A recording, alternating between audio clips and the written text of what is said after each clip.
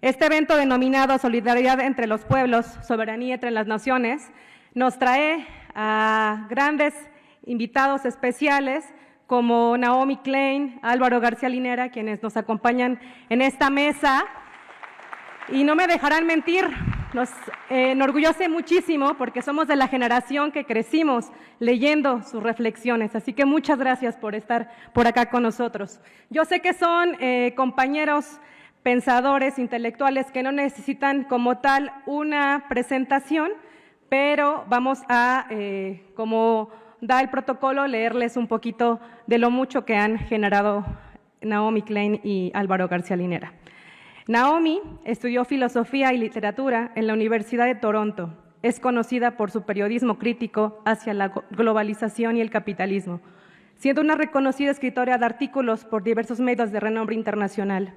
Es autora de una gran cantidad de libros, artículos periodísticos y políticos en los que resaltan obras como No Logo, Vallas y Ventanas, La doctrina del shock, Esto lo cambia todo y Decir no basta. Además, la doctora Klein se destaca por su interés en escribir sobre temas de actualidad, entre los que destacan su crítica a la guerra y al gobierno de Israel y su política represiva contra el pueblo palestino. Actualmente ha centrado su escritura en el cambio climático, el medioambientalismo y su relación con el capitalismo, además de postular que tanto la crisis financiera como la crisis climática pueden transformar las estructuras políticas y económicas globales, y defiende el shock del pueblo como un concepto que busca aprovechar la crisis actual para comenzar una gran etapa de cambio progresivo. Participó activamente en la Cumbre de Clima de Copenhague y ha recibido diversos premios por sus obras y su activismo por el medio ambiente, como el Hillary Weston Writers Prize for the Notification y el Sydney Peace Prize. Muchas gracias, Noami, bienvenida a esta gran ciudad. Tienes la palabra.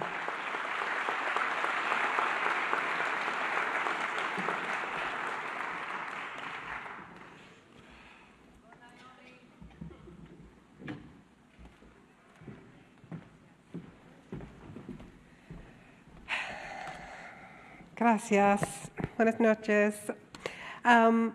First, I want to express my deep gratitude to President Sheinbaum and the Morena Parliamentary Group for hosting us, for showing us so much hospitality in your beautiful city, your love of this place, of the city, of this country, and your joy and pride in all that you have accomplished is infectious. We're a little jealous. It is also such an honor to share the stage with the great ÁlvaroGarcíaLinera. I have learned so much from you over the years, and soon we will be hearing from the mayor herself. I'm so grateful to the organizers of the Pan American Congress, especially David Adler and Giorgio Jackson. This is, as you've heard, a celebration of an emergent solidarity that stretches from Nunavut to Tierra del Fuego. And this forum to share ideas and strategies across our national context arrives just in time, because we have never needed to strengthen the long progressive tradition of internationalism more than in this moment. And I say this for several reasons. Now, I think the first is obvious. The current government of the country with the largest economy and the largest military in the world is attacking each one of our countries in different ways and one at a time.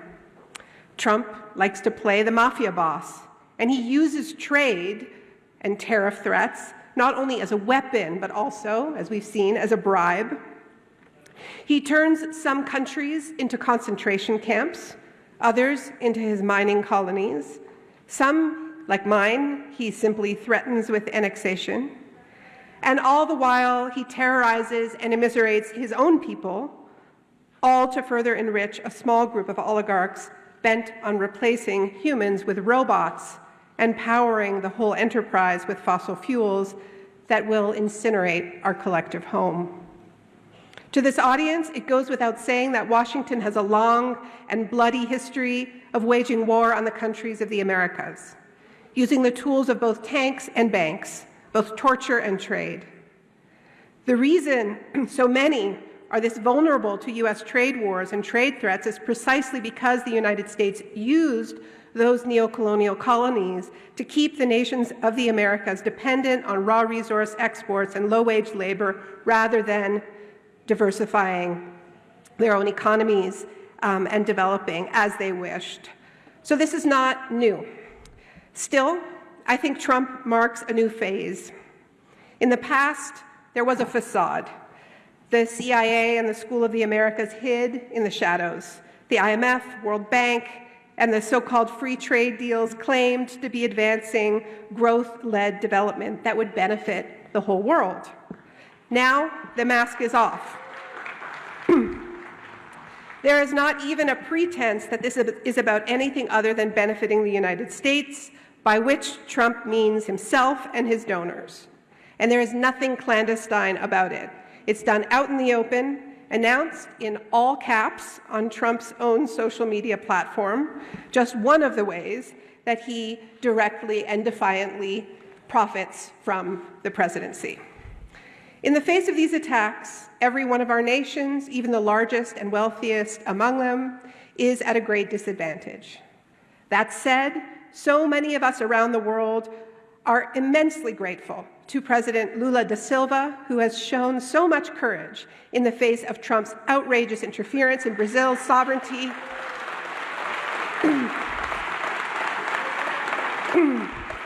and Brazil's right to prosecute Bolsonaro for involvement in an attempted coup d'etat, which, by the way, is exactly what the U.S. Congress should have done to Trump. Now, we also cheer and share viral clips of your President Sheinbaum as she meets Trump's attacks with seemingly bottomless dignity and strength.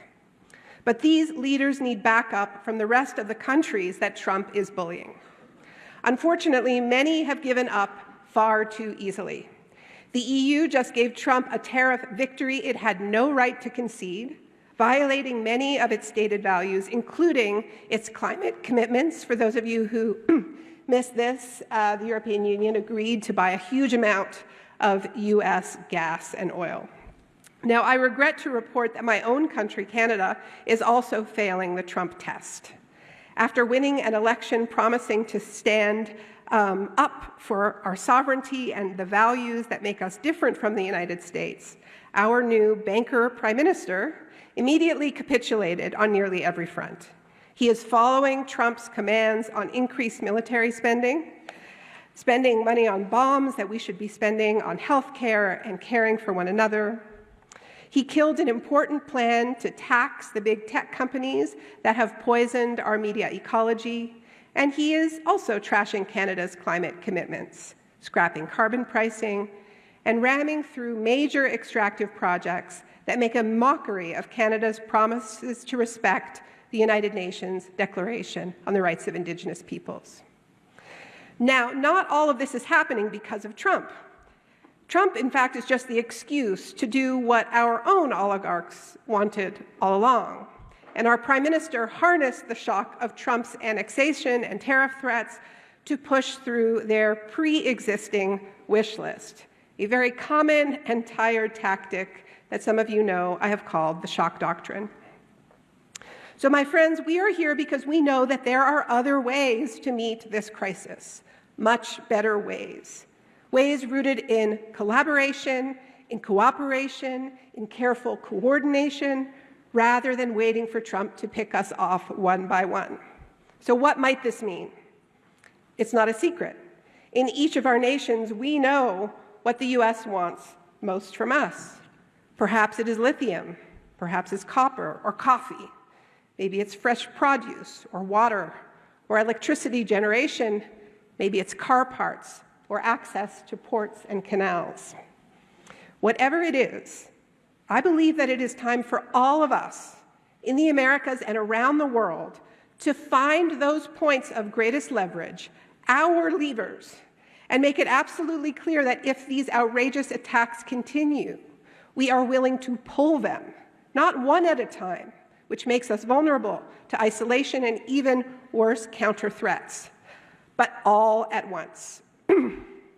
Wasn't it Nixon who said of Allende's Chile, "Make the economy scream"? Two can play at that game. Then let's see who knows more about the art of the deal. This, after all, is what the rich history of trade unionism teaches us. No boss, no matter how wealthy and powerful, can get anything done without his or her workers who have the power to withdraw their labor. This is the tactic through which the left has won its greatest victories, from the 5-day work week to national health care, and it has overthrown dictators and even abolished slavery before. As the left, we know the power of solidarity in the face of bullying.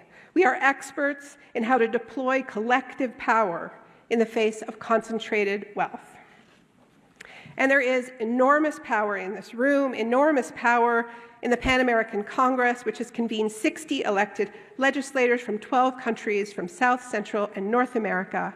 I believe it's time to map that power, organize it, and if Trump refuses to stop violating our sovereignty, breaking the U.S.'s own rules, it is time to deploy it.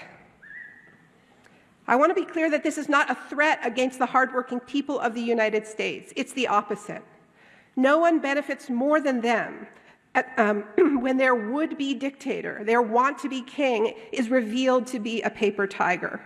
Our solidarity extends to everyone in the United States who deserves so much better, especially those who have been in the streets holding No Kings protests and who have organized to stop ICE, the immigration police, from entering their neighborhoods, schools, and workplaces to disappear people.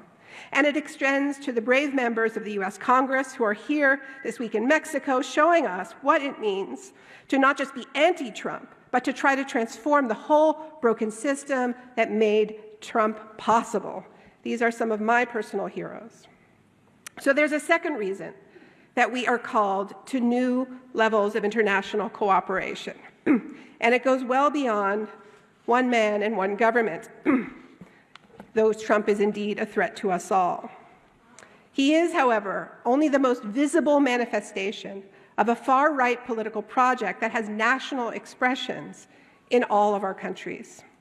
It's a project backed by the wealthiest tech and fossil fuel companies on the planet, as well as some of the largest and fastest-growing fundamentalist religious orders. It's a project that has weaponized the most violent and apocalyptic passages in the Bible, Old and New Testament, and combined them with the most potent tools of digital misinformation to spread fear and division. Fear that justifies placing nations in constant state of emergency, waging war on migrants, on gangs, on woke, anything to justify ever-escalating repression, criminalization, and incarceration. So part of the reason we must deepen our relationships and our ties is that this far-right project I'm describing is also highly networked across the Americas and indeed around the world. We see it in Argentina, we see it in Ecuador and El Salvador. We see it in Brazil, where it is threatening to return.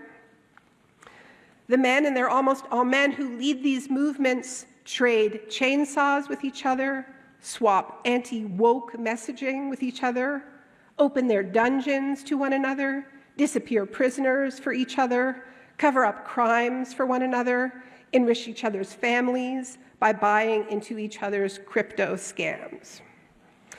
When the leaders of these movements witness Israel's atrocities, they do not see the horrors of genocide that we see. They see inspiration for the fortress, supremacist ethno-states they themselves would like to create at home. Around the world, these far-right figures call themselves nationalists. They wrap themselves in their respective flags. But I don't think we should be fooled. Whether it's Milei or Meloni, Netanyahu or Noboa, Bukele or Bolsonaro, or even Trump himself, these figures are primarily loyal to money, to class, at times to their ethnic group, and always to a hyper-masculine idea of strength and aggression. Out of its many contradictions, a new ideology is emerging, one I have begun to call, with my colleague Astra Taylor, end times fascism. So what do we mean by this? Let's look at Trump once again. His coalition, on its surface, is a bit strange. It brings together workers who can't afford groceries with tech oligarchs worth hundreds of billions of dollars. It brings together evangelicals with podcast bros, wellness entrepreneurs with hardcore Zionists. So what unites this motley crew? What holds them together? Well, we've started to notice that running through this odd coalition is a deep belief that some kind of end is coming, some kind of final battle. And the good people, the chosen people, are going to ascend.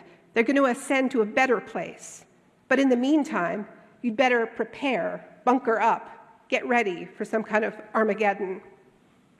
So sometimes this is very literal. Take Mike Huckabee, the U.S. ambassador to Israel. You may have noticed that he just went to Gaza, inspected the killing fields they call humanitarian aid, and declared it a smashing success. The reports fail to mention that Huckabee, like other powerful people in Trump's team, including his Minister of Defense, believe in a form of religious fundamentalism known as Christian Zionism. People who are Christian Zionists believe the end times are near, that the Messiah will soon return and take them up to a celestial city in the sky, in the rapture. But first, the Israelites need to gain total control over the Holy Land, or so they believe. So when Israel uses annihilatory violence to take over Gaza and does the same, only slower in the West Bank, they do not see this as illegal atrocities. They see exciting and felicitous evidence that the long-awaited rapture, the elevator to the sky, is getting nearer. Now, I've long been interested in this story, this biblical story, which is actually a once marginal interpretation of biblical text. There's by no means a consensus that this is actually what the Bible says. But what interests me is the way it bears this striking resemblance for what capitalism is producing down here on earth. No divine intervention required. The golden gated cities for the rich, with privatized everything, including security and disaster response, and mayhem for the rest. But this dream of escape has gotten a lot more literal in recent years.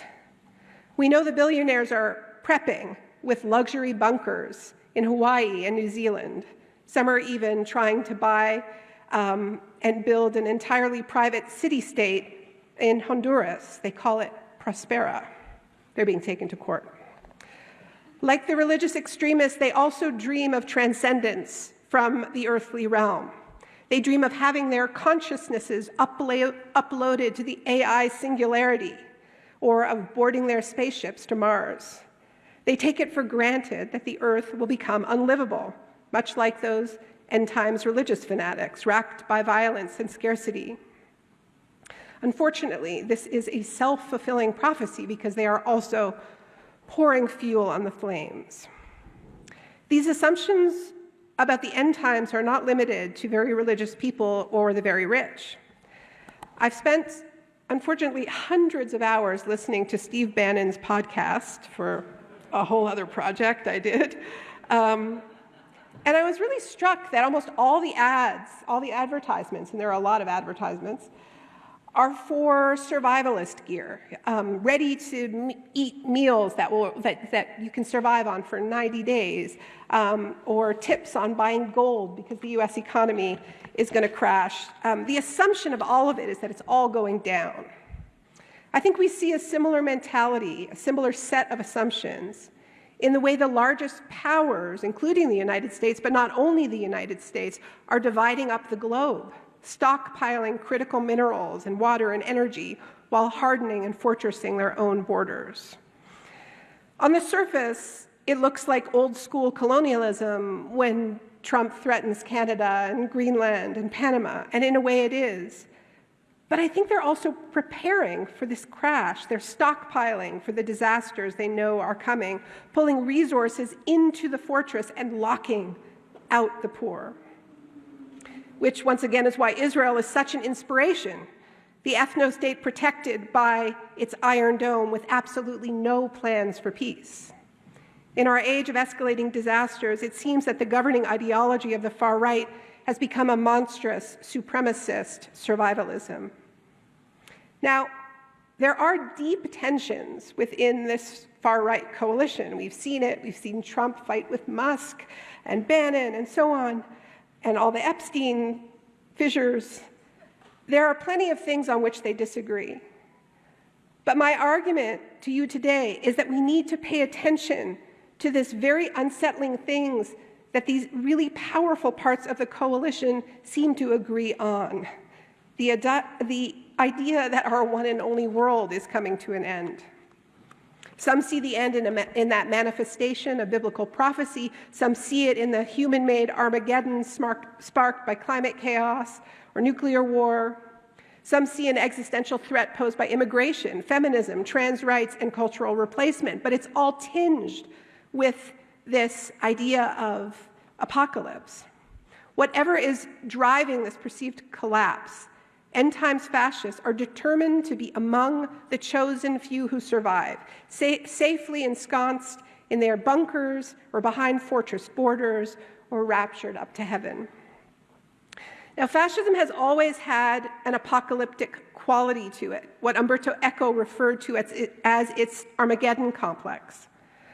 But the fascists of the 1930s in Europe and the fascism that came to large parts of Latin America in the 1970s both had a future horizon. They seemed to genuinely believe that after the cleansing violence that they were unleashing, there would be a return to stability and peace. The fascism that is rising today in the US and around the world has no such horizon.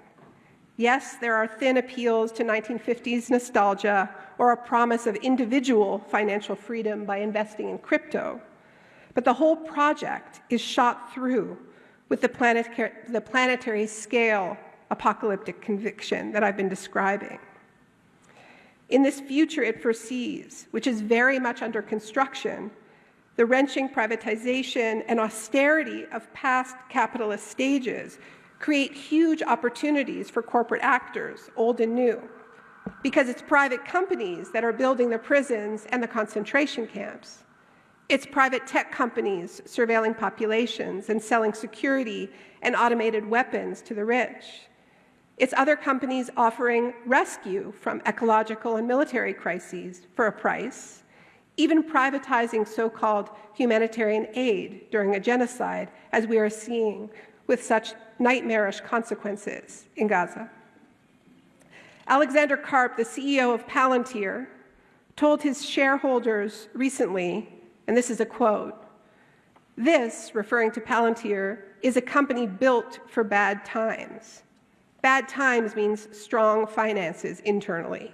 Bad times are very good for Palantir because we build products that are robust, that are built for danger. So what makes this different from the disaster capitalism that I first wrote about exactly 20 years ago is that Palantir is not foreseeing stable, peaceful times punctuated by periodic shocks and disasters. It's foreseeing only bad times, which, as Karp explains, is a great business proposition, steady profits. Leonard Cohen, one of Canada's best exports, I might say, put it well, "I see the future, brother. It is murder." It should be no surprise that capitalism has taken us to this place. There were so many warnings. The first International Climate Summit took place in the late 1980s in Montreal. The Earth Summit in Rio was soon after. The threat was perfectly clear back then. When those with wealth and power did not listen for decade after decade, all the while doubling down on the policies of extraction, economic immiseration, and militarism, eventually you arrive at the future so long foretold, and that is where we are. But the thing is, capitalism still needs growth, and new bubbles provide that growth. Some are in security, but the really big bubble is in AI. AI is delivering massive profits. Just today, we learned that Microsoft will soon be worth $4 trillion, thanks largely to its relationship with OpenAI. But here is the thing that we need to focus on about AI. It feeds off of the living world, off of us, off of our creativity, off of everything we have put into it that trains it, but also all of our ecological systems. It is literally a vampire technology. It feeds off of energy, massive amounts of it. That means fossil fuels, because the other technologies, they say, aren't ready. And it feeds off water. It is unquenchable. That is why the tech companies, so eager to paint themselves as green just a couple of years ago, have actually quietly killed off pretty much all of their net zero pledges that were non-binding, and they now stand so eagerly with Trump. What they are doing is knowingly sacrificing the living, breathing, animate world to build their sterile, glitchy machine gods. That is an extraordinary act of planetary arson. So we must be very clear about who we are up against. We are up against traitors. And I'm not a nationalist, so I don't use that term. I'm not talking about traitors to nation. I'm talking about traitors to creation.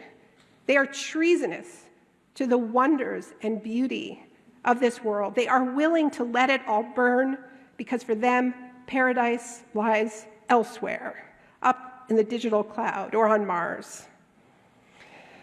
Which brings me to the most important reason for progressive movements and legislators to come together and collectivize our power in this critical moment. We have to stop these maniacs.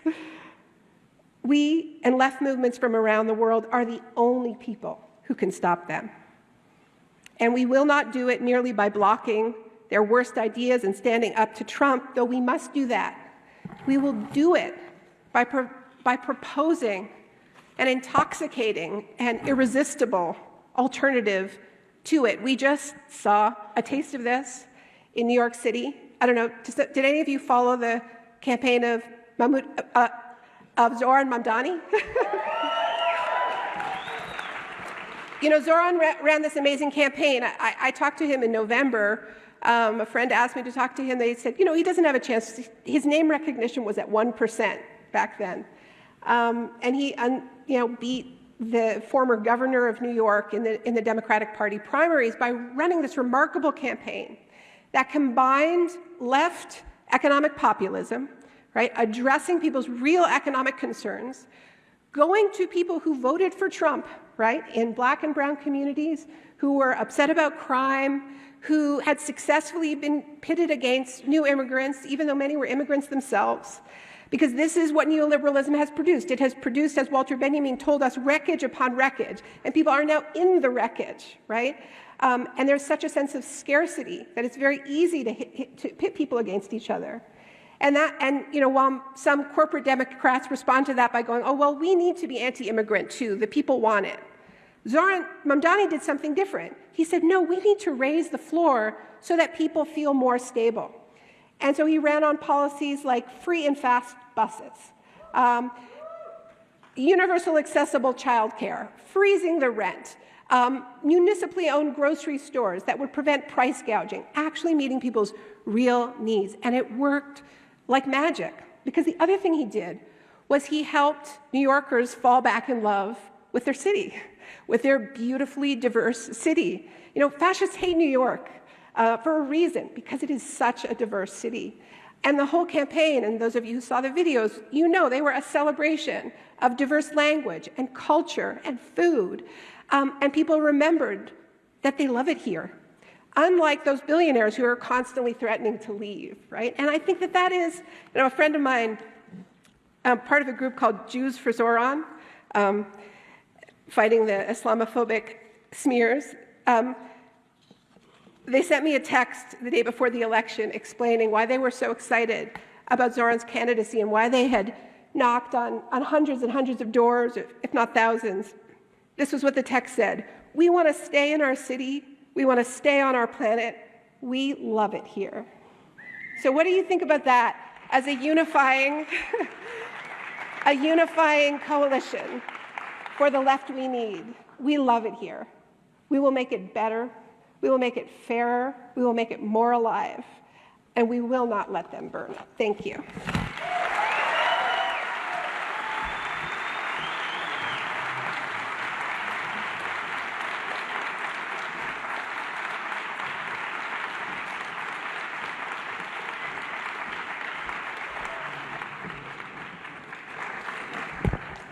Espléndida, Naomi. Nos dejas sin muchas palabras, pero muchas ideas por reflexionar, por llevarnos a accionar. La verdad es que es muy interesante tus planteamientos, ¿no? El modo en el que nos haces reflexionar sobre el sistema, sobre los problemas comunes que tenemos como sociedad. y pues maravilloso, ¿no? Lo que nos invitas también a accionar. Muchas gracias. Voy a darle la presentación de ÁlvaroGarcíaLinera, no sin antes darle una calurosa bienvenida a nuestra jefa de gobierno, la anfitriona de esta casa, quien es una prueba de que sí es posible materializar las utopías y quien, la verdad, está haciendo un trabajo ejemplar en esta gran ciudad. Nos tiene a todos y a todas muy contentas. Y bueno, ella pues es un rayito de luz de los que necesita este mundo y justo de lo que estamos ahora reflexionando, ¿no? De toda la problemática social que nos aqueja. Entonces, bienvenida, jefa de gobierno, y gracias por recibir este congreso.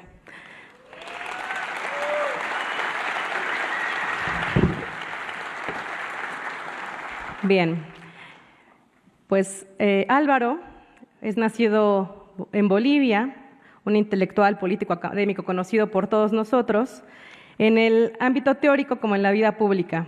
Tras estudiar matemáticas en la Universidad Nacional Autónoma de México y verse inspirado por las guerrillas indígenas y campesinas de Guatemala, los movimientos populares en El Salvador y por el movimiento nicaragüense, retorna a Bolivia para fundar junto a Felipe Quispe el ejército guerrillero Tupac Katari, una estructura política militar indígena. Es miembro de ese movimiento insurgente, lo cual derivó en un cancelamiento entre el 92 y el 97. Posteriormente, se dedicó a la docencia, impartiendo clases de ciencias sociales en universidades de Bolivia, Argentina, España y otros países. Su labor académica ha sido distinguida con más de una decena de doctorados honoris causa, otorgados por instituciones de educación superior en diversas partes del mundo. Entre el 2006 y el 2019, ejerció como vicepresidente de Bolivia durante el gobierno de Evo Morales, consolidándose como una figura clave en ese periodo. Es autor de una extensa obra centrada en temas como la acción colectiva, la transformación estatal, la economía política y la identidad indígena. Muchos de sus escritos traducidos en diversos idiomas. Autodefinido como marxista clásico, GarcíaLinera ha contribuido con obras fundamentales, entre las que destacan La condición obrera en Bolivia, La potencia plebeya, Democracia, Estado-Nación y Democracia como agravio. Su pensamiento combina el análisis teórico con la praxis política, reflejando su compromiso con los movimientos sociales y las luchas emancipatorias en América Latina. Bienvenido, Álvaro. Adelante.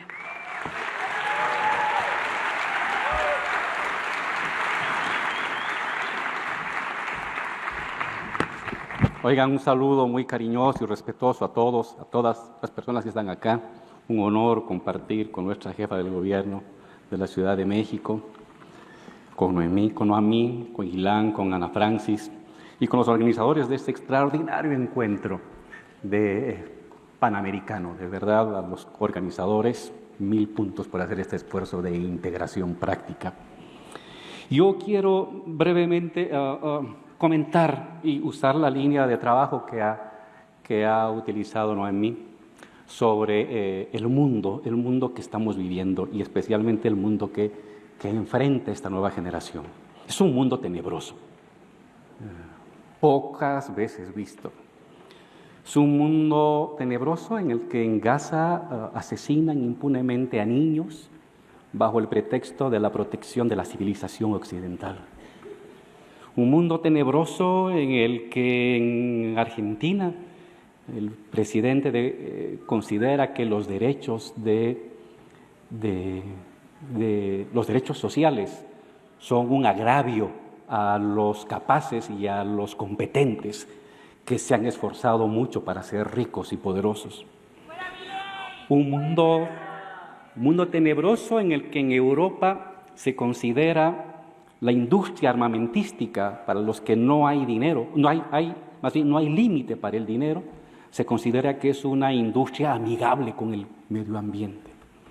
Un mundo tenebroso en el que en Bolivia consideran a los indígenas como una tara social que quiere abolir la natural supremacía de los criollos. Es un mundo terrible. Y es más terrible cuando uno se da cuenta que estas maldades siempre han existido, pero nunca habían tenido un respaldo social. Eso es lo tenebroso, lo terrible. Estas maldades se están cometiendo no solamente por la enfermiza acción de algunos presidentes o gobernantes, sino con el respaldo de sectores sociales. Y eso es lo que tiene que llevarnos a preocuparnos. Una manera de resolver este problema es decir, bueno, son objeto de un engaño. Es una manera simple, fácil, pero no es correcta. Y mi propuesta es tomar eso como síntoma. La maldad social es un síntoma. Y la pregunta es, ¿síntoma de qué? Es un síntoma de un malestar, solamente que llevado de la manera pervertida, canalizado de la manera pervertidamente por gobernantes, por ciertos gobernantes. Es un síntoma de los perdedores de la globalización que en los últimos 40 años han visto sus países desindustrializarse, han visto aumentar la precariedad, han visto los ingresos de las clases laboriosas estancarse. Es un síntoma de los perdedores del neoliberalismo que han visto aumentar las desigualdades en sus países. Pero también, y ojo, en algunos países es un síntoma de una falla de gobiernos progresistas y de izquierda que han frustrado a parte de la población. Todo ese malestar, lo que ha hecho la extrema derecha es canalizarlo, retorcerlo, prostituirlo, envilecerlo y convertirlo en programa político. La extrema derecha de la que nos habla Noami es una manera envilecida de canalizar el resentimiento y el malestar y el enojo social por vías autoritarias, desiguales y jerárquicas. Es importante tener con precisión cuáles son las características de este autoritarismo conservador que está emergiendo con fuerza en el mundo. A diferencia del fascismo de los años 30, liberal primero y luego proteccionista, este autoritarismo se ha electoralizado, es decir, utiliza las reglas de la democracia liberal para legitimarse, para obtener en el voto la legitimación para emprender su ataque a mujeres empoderadas, indígenas empoderados, trabajadores sindicalizados, derechos sociales. Es una derecha entonces que no se enfrenta ni desconoce la democracia liberal. Se introduce, la vacía de contenido, la utiliza para legitimarse y luego desde el Estado comienza ahora a dar el conjunto de instituciones participativas, igualitarias y democráticas de las sociedades. Una segunda característica de este autoritarismo conservador es que está modificando el régimen de legitimación global y el régimen de acumulación económica global.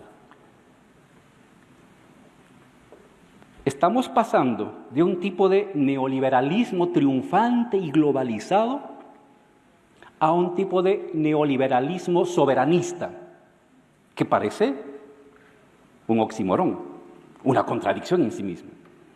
Pero es neoliberal hacia adentro, es decir, autoritario, aumentando injusticias, jerarquizando, aumentando la desigualdad, pero hacia afuera implementando políticas proteccionistas.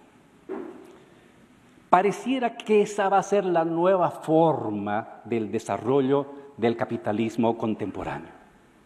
Y va a disputar la hegemonía global con lo que algunos teóricos llaman el capitalismo político que se desarrolla en China, que es mucho más globalizado. Entonces tenemos un neoliberalismo soberanista con injusticias y neoliberal para los trabajadores internamente, para precarizarlos y quitar derechos, pero proteccionista hacia el resto de los países. Sí, la globalización está mutando, no está desapareciendo, está mutando, se está reconfigurando. Y lo peor es que la manera de enfrentar sus retos es crear un mundo polarizado.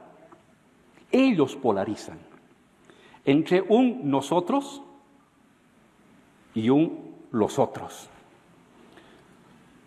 ¿Quiénes son los otros? Los migrantes, los sindicalistas, los indígenas, las mujeres empoderadas, los más débiles. Crean entonces un mundo donde hay los buenos, blancos, católicos, propietarios, y los otros que ponen en riesgo su civilización, el resto del mundo, es decir, nosotros.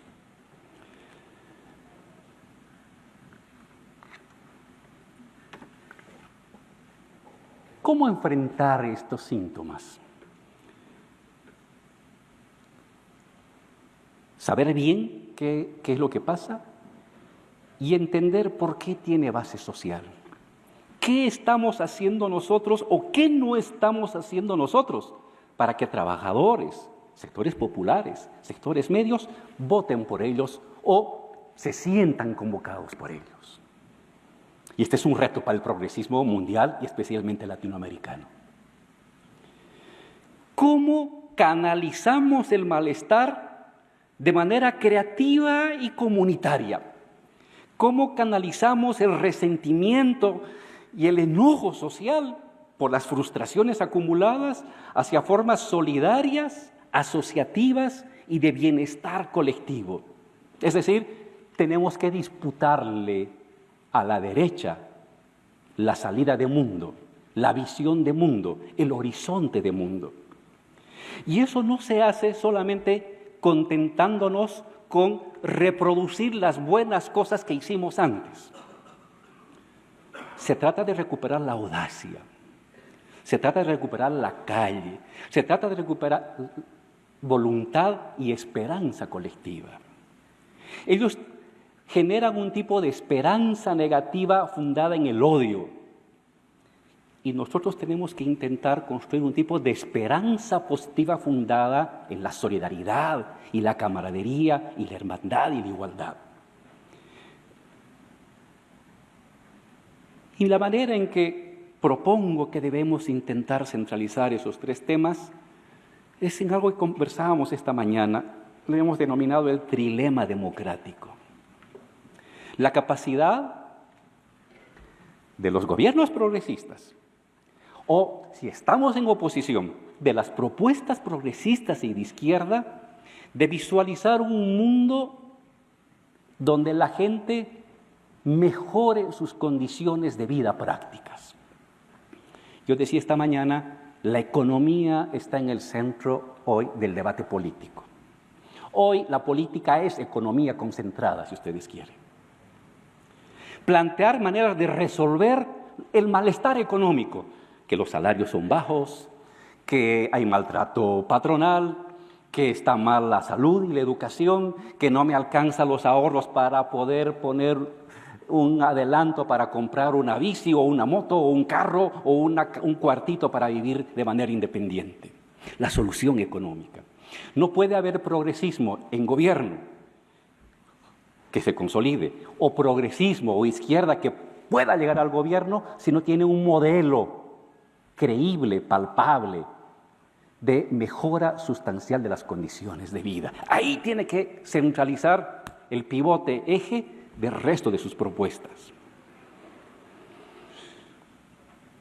En el caso de México estamos en la primera oleada. En otros países de América Latina la primera oleada ya está pasando.